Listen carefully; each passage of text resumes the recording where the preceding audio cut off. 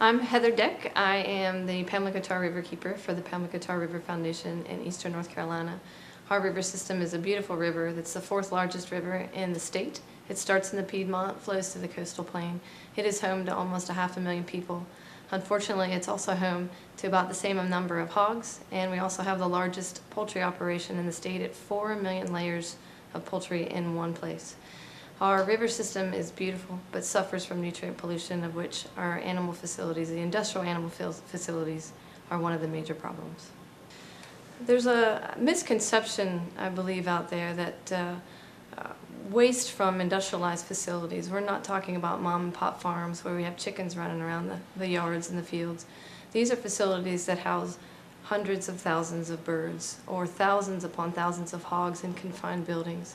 The waste is then in confined places in small areas, predominantly in eastern North Carolina and in our river system, and it's spread out onto the land.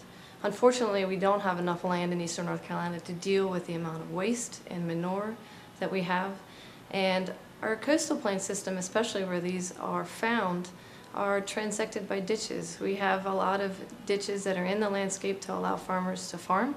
It used to be wetland areas, most of it in eastern North Carolina.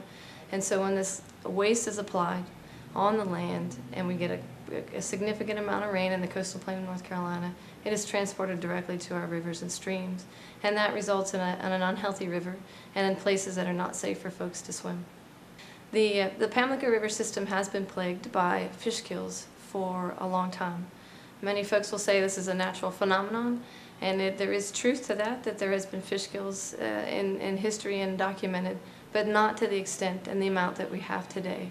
The problem with fish kills has been exacerbated over time, and there has been changes to the river system that have been induced by human changes, of which one of the major contributors is nutrient pollution.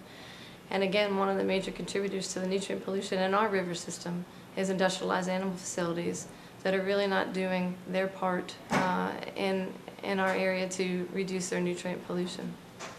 That's my job as a riverkeeper. The way we combat pollution can come in many forms. Part of our job is to expose the truth, to let the communities know what it means when you go into a grocery store and you buy your pork, what that means for the folks where this is raised and for people in eastern North Carolina, and what that means for our waterways. So part of my job is to educate the public and understand, and part of that is also to try to educate our elected officials and legislators to make good decisions for our policies for our state and for our country. The other main thing that we do as riverkeepers is we're on the ground and we're taking samples. When the state doesn't have the money and the resources and the personnel to do it, waterkeepers are there taking on those issues and those samples, alerting the state when there's significant problems that might be problematic for public health.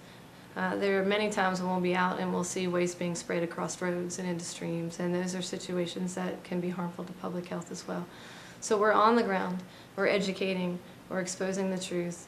Everyone knows the science is there. We know that when manure like this is spread on the coastal plain of North Carolina, it ends up in our river systems. And we're continuing to show that information, to show that data. We're continuing to work to try to get these farms on the required permits that they should have in order for the public to have the information that they should have. And we're also looking for ways to solve the problem long term. It is past time for these facilities and the companies that have the money to do so to implement improved waste technologies in order for our communities in the east and our river systems not to be their treatment system for their pollution. It should be the responsibility of the companies and of those that are making the money off of this product to ensure that their pollution is being handled and not being passed off to the rest of the public.